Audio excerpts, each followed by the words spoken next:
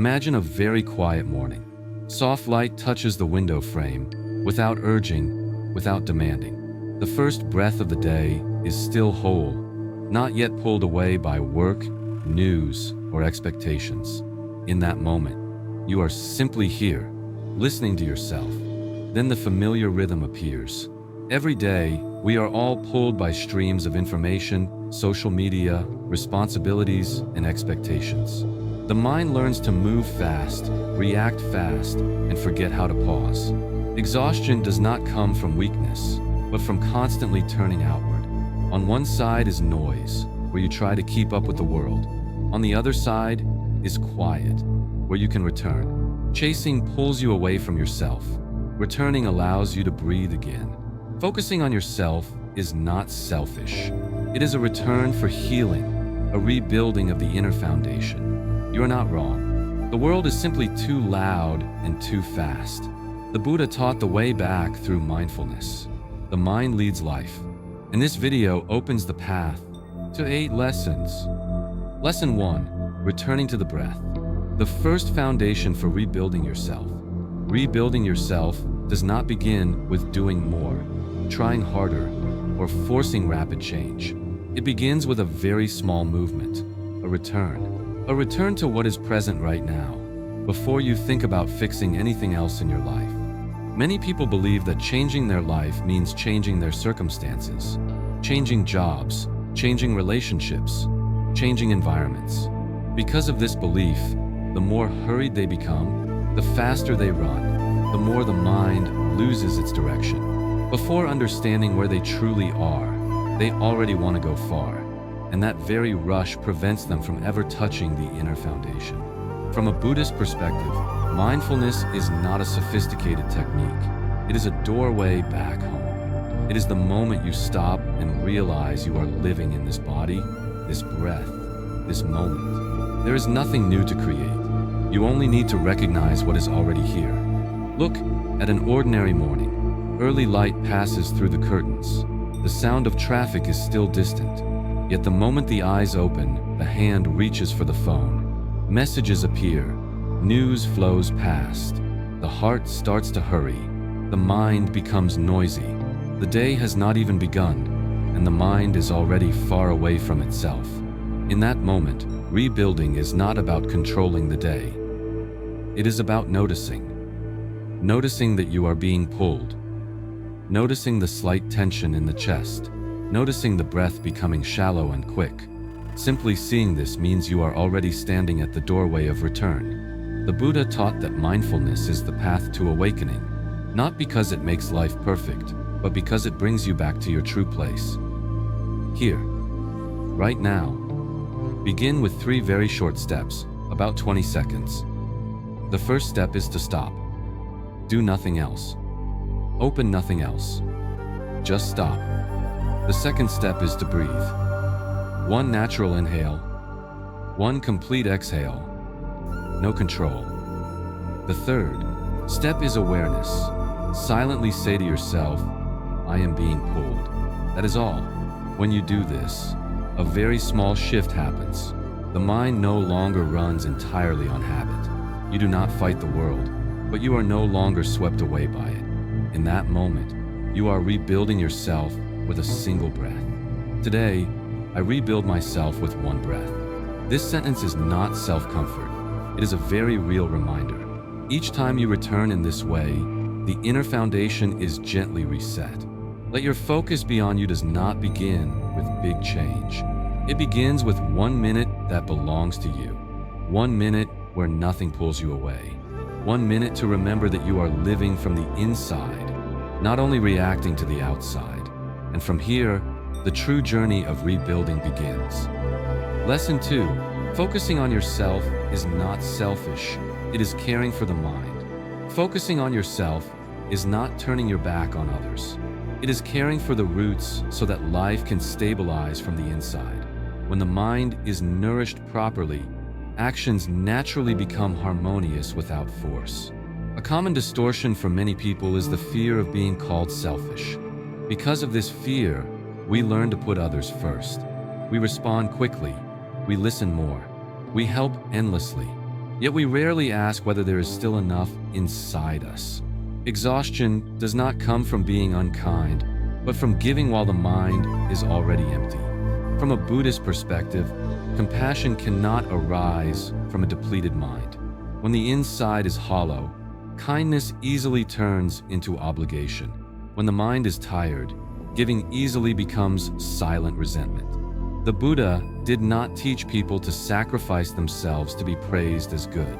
He taught returning to care for the mind, so that compassion can become natural and sustainable.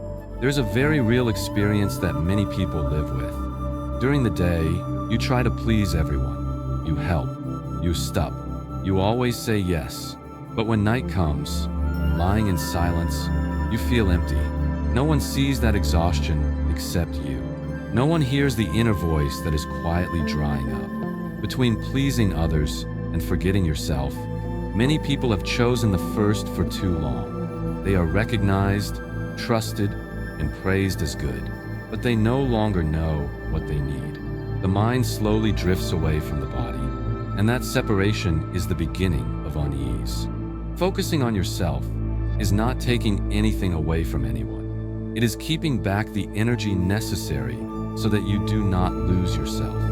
You have the right to return. You have the right to care for your mind before continuing to give. To do this in a very practical way, begin with 3 focus filtering questions. The first question is whether this nourishes my peace. If the answer is no, pause and look closely. The second question is whether this aligns with what I am building. If you are building stability and this only drains you, reconsider. The third question is if I say no, do I truly lose anything? Often, what we fear losing is only the feeling of being recognized. In the original rhythm of modern life, many people learn to stop giving energy to places that do not deserve it. Here, see this as guarding your energy like guarding a lamp. If you carry the lamp to light the way for others, but forget to add oil, the light will go out. When the lamp goes out, you cannot light the way for anyone, including yourself. Transformation happens when you dare to say one very simple sentence. I choose to return so that I do not lose myself. This sentence is not meant to oppose anyone. It is a quiet promise to your own mind. In an old teaching, there is a saying, conquering 10,000 armies is not equal to conquering yourself. Conquering yourself here does not mean forcing more endurance, but having enough awareness to know when to stop and when to return. When you know how to hold the mind, life naturally becomes lighter, and giving then truly has value. Lesson 3. Reducing noise so the mind can rest. If you want to rebuild yourself, there is something very important that is often overlooked. That is closing some of the doors that allow noise to enter. When everything is allowed into the mind, there is no space left for calm to remain. Rebuilding cannot happen in a room that is always wide open and loud.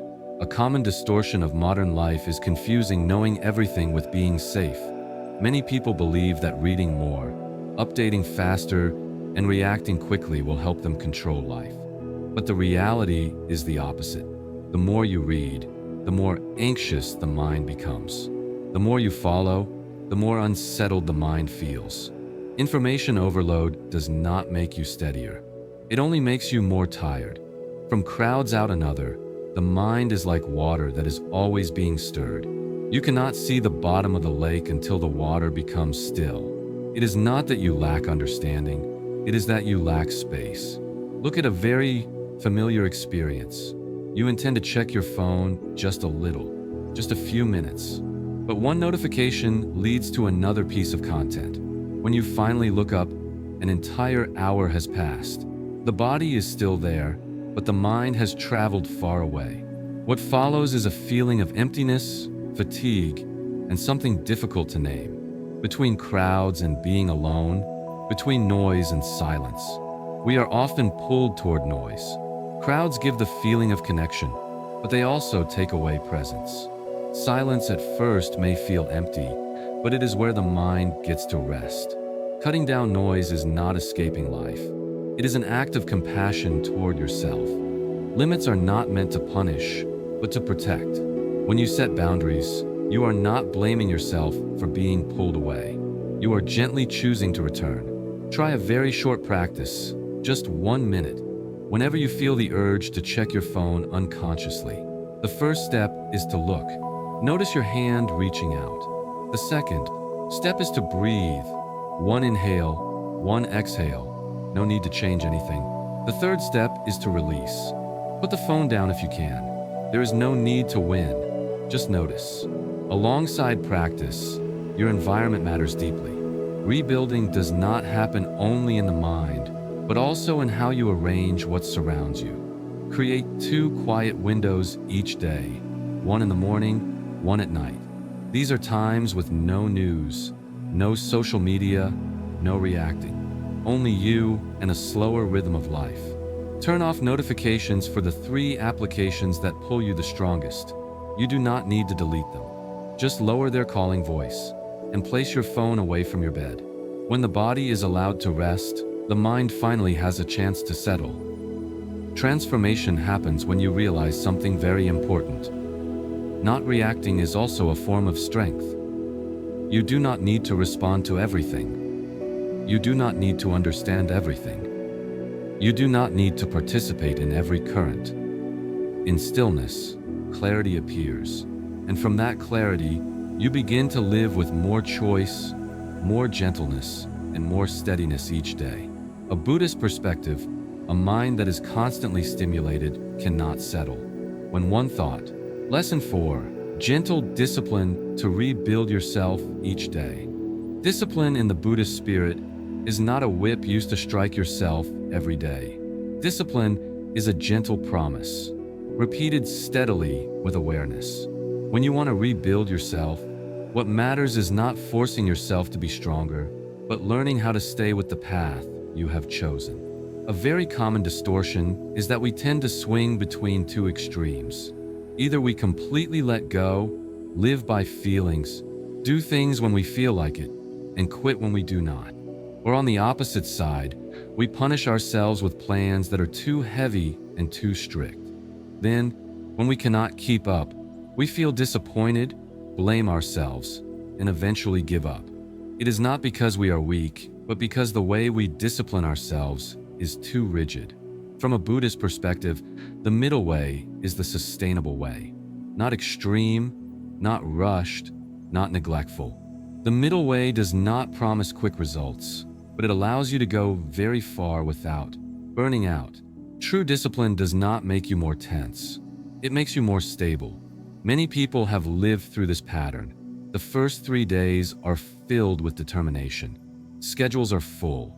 New habits are written down beautifully.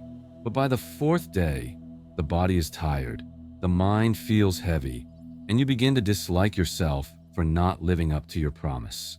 That self-dislike does more damage than any laziness ever could. Buddhist-style discipline does not wait for motivation. It does not require you to always feel inspired. It only asks you to keep a small ritual, something light enough that you can return to it each day, even when motivation is absent. See discipline as a morning ritual for rebuilding, not to become a perfect version of yourself, but to reset the foundation. This ritual needs only 15 minutes. The first 3 minutes are for breathing. Sit still, breathe in, breathe out. Do not try to reach any state. Simply let body and mind meet again after the long night. The next 5 minutes are for clearing space. Tidy your desk or your bed. It does not need to be perfectly clean, just clean enough to feel lighter. The next 5 minutes are for doing the single most important task of the day. Not many tasks, just one that gives today a direction. The final 2 minutes are for writing one very short line. What brick did I place today? This ritual does not need to be perfect. Some days you forget. Some days you do less. That is fine. What matters is not keeping every minute exactly, but returning. Each time you return, you strengthen the gentle promise you made to yourself. The transformation lies in a very simple sentence. I move slowly, but I return every day. When you stop punishing yourself for small deviations, the mind begins to settle. When the mind is settled, actions become steady. In an old teaching, there is the image of a small drop of water. Each drop is light, but over time, the jar fills. Discipline is the same. It does not need to be forceful. It only needs to be consistent. It does not need to be perfect. It only needs return. When you rebuild yourself with gentleness, the path ahead becomes long enough for you to walk it fully. Lesson 5. Plant small habits to become the person you want to be. You do not need to change your life in a single moment. You only need to change one small habit and give it enough time to grow. True rebuilding does not happen through dramatic leaps, but through quiet repetition each day. A common mistake many people make is wanting to completely transform overnight. They want to wake up as a different person. When that does not happen, they feel disappointed, blame themselves, and give up. Not because they lack the ability to change, but because they place their expectations in the wrong place. Life does not run on miracles. It runs on accumulation. From a Buddhist perspective, karma is not a fixed destiny. Karma is a stream of repeated habits. Each thought and each small action adds a drop to that flow. When you change a small action, the direction of karma gradually shifts. There is no need to destroy everything. You only need to plant different seeds. Look at a very real experience. You know you should go to bed early. You understand that it is good for your health and your mind. But then you tell yourself, just 5 more minutes. 5 becomes 10. 10 becomes half an hour. And the old habit wins again. Not because you are weak, but because the old seed has been watered for too long. Habits are the way you are planting seeds every day. What you repeat, you slowly become. There is no need for complex philosophy. What you do often becomes familiar. What becomes familiar becomes you. Identity is not what you declare. It is what you practice. So instead of asking how to change your life, ask what seed you are planting today. The seed can be small, but it must be one you are willing to water consistently. Choose 3 focus seeds each day. No more. No complication. The first seed is to nourish wisdom. 10 pages of reading or 10 minutes of learning something meaningful. No need to go deep. Just be consistent. The second seed is to nourish the body. 20 minutes of gentle movement. Walking, stretching, deep breathing. Not to shape the body, but to keep energy flowing. The third seed is an act of self-respect.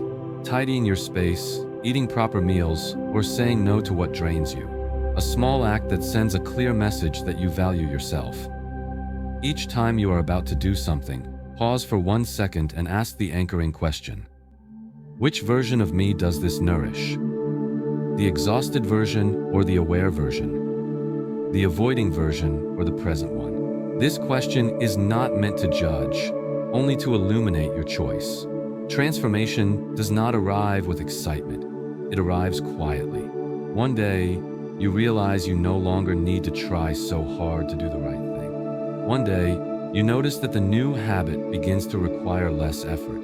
That is when the seed has taken root. Say a very simple sentence to yourself.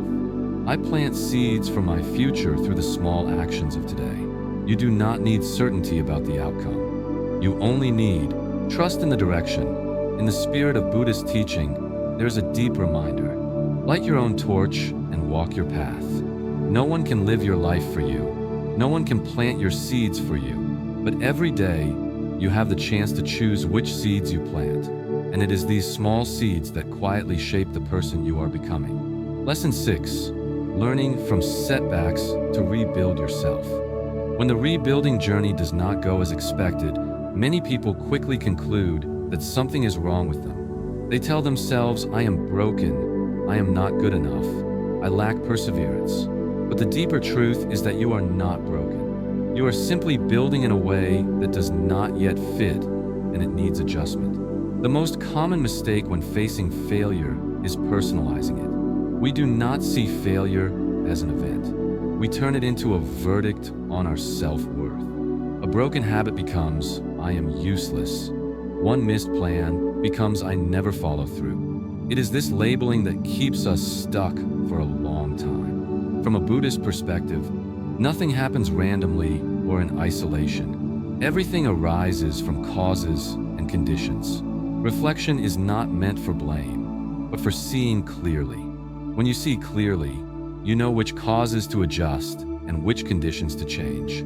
Wisdom is born from looking directly, not from beating yourself up. Many people have experienced this pattern. You miss just one day of a habit, just one morning of oversleeping. Then a thought appears saying you might as well quit. And from one day, you give up an entire month.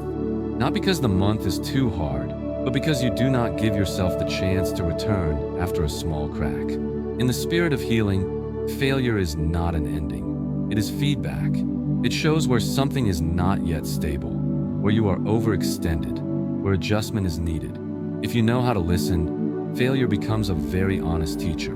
Practice reflection with 3 very practical questions, simple and free of judgment. The first question is, where did I break? Was it due to poor timing, too much noise in the environment, or emotions that were too heavy that day?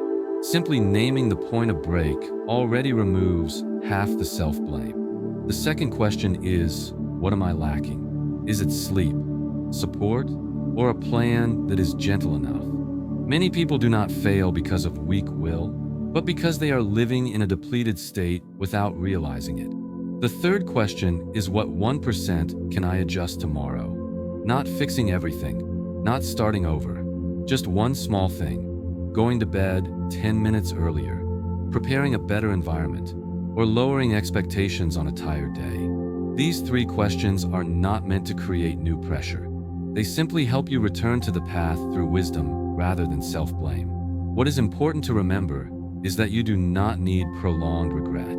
You do not need to replay old mistakes in your mind. That does not help you go farther. What you need is to return to the path, right where you are standing. Not earlier, not later. Transformation happens when you can say a very different sentence to yourself. I learned from the crack to build more strongly. A crack does not make a house collapse if you know how to reinforce the right place. Instead, it shows where more care is needed. On this journey, do not ask, when will I be happy? Look at each step you're taking. There is a beautiful guiding line. There is no path to happiness. Happiness is the path. When you walk with understanding, gentleness, and the ability to return after each stumble, the walking itself becomes rebuilding. At this point, failure is no longer an enemy. It becomes a reminder. And each time you stand up without hating yourself, you are building a stronger foundation for your own life. Lesson 7. Self-worth is not found in praise, but in the truth you live. At its deepest level, focusing on yourself is not about pleasing the world, but about stopping the need to ask the world for permission to live truthfully. When you constantly look outward to see what others think, you are handing over the authority to define your life to opinions that are always changing. A common distortion for many people is living through the gaze of others, working to be recognized, posting to be praised, adjusting yourself to avoid criticism. In the moment you receive approval, the mind feels light. But that feeling is brief. When the screen goes dark, emptiness returns. Not because you are not good enough, but because you are searching for value in a place that cannot hold it. From a Buddhist perspective, the root of suffering lies in clinging to a self that needs to be seen. When the mind constantly seeks validation from the outside, it never truly rests. Letting go of the ego does not mean denying yourself. Letting go means not allowing your worth to depend on the reactions of others. There's a very real experience many people have known. One small criticism, one dissatisfied look, one unkind comment, and the entire day loses its peace. Work does not flow. The mind keeps returning to that single sentence, not because the criticism is so large, but because it touched the foundation of how you value yourself. Self-worth is not measured by how many people agree with you. It lies in the truth you live each day. When you live in alignment with what you know is right, the mind develops a quiet steadiness. This steadiness is not loud, but it is strong enough that you are no longer pulled by every small reaction. Instead of trying to validate yourself through external results, learn to validate yourself through consistency. You do not need anyone to see that you wake up early. You do not need anyone to know that you kept a promise to yourself. That quiet consistency is where true value is being built. A gentle yet deep practice is 24 hours of silence. Not silence from the world, but silence from the need to tell. During that day, do one kind thing for yourself without letting anyone know. Clean your space. Walk slowly. Say no to something that drains you. Then simply feel. Do not share. Do not post. When you do not speak, you begin to hear more clearly. You hear a very soft sense of steadiness inside. You hear a sense of enough spreading without needing confirmation. This steadiness does not come from coldness, but from non-dependence. You still care. You still connect. But you no longer place the value of your life in other people's hands. This does not turn you into someone distant. It simply helps you stand in the right place. When you no longer need to prove yourself, you become less defensive. When defensiveness softens, you become more open, more real, and connection deepens naturally. Transformation rests in a very simple sentence. I do not need to be proven. I need to be at peace. This sentence is not against the world. It only brings you back to what truly matters. In the spirit of Buddhist teaching, there's a clear reminder. A mind that does not cling is free. When you stop holding on to praise, blame also loses its power. You walk more lightly. You live more truthfully. And from that place, self-worth is no longer something you have to search for. It naturally reveals itself in the way you live each day. Lesson 8. Living fully today to rebuild your life. Step by step, rebuilding your life is not a large project that needs to be perfect from the beginning. Rebuild simply means placing one right brick each day. Not many, not fast, just honest and fully present with the brick of today. A common mistake that causes many people to give up is treating one missed day as losing everything. One difficult morning, one broken habit, and we quickly conclude that all previous effort was meaningless. This way of thinking keeps us from returning, even though the path is still there. From a Buddhist perspective, impermanence reminds us that yesterday has already passed. There is no way to fix yesterday, but there is also no need to carry it with you. This moment is the only place you can return to. The present does not ask how well you did. It only asks whether you are here. Many people are used to telling themselves that they will start again tomorrow. Then tomorrow passes in the same familiar exhaustion. Not because they do not want to change, but because they are waiting for a sense of readiness that never arrives. Meanwhile, today's brick remains untouched. Rebuilding through presence means not waiting for a perfect day. It means that today, with exactly the energy you have, you can still place one brick. That brick does not need to be large. It only needs to be in the right place. Today's brick can be very simple. A 15-minute walk so the body can breathe.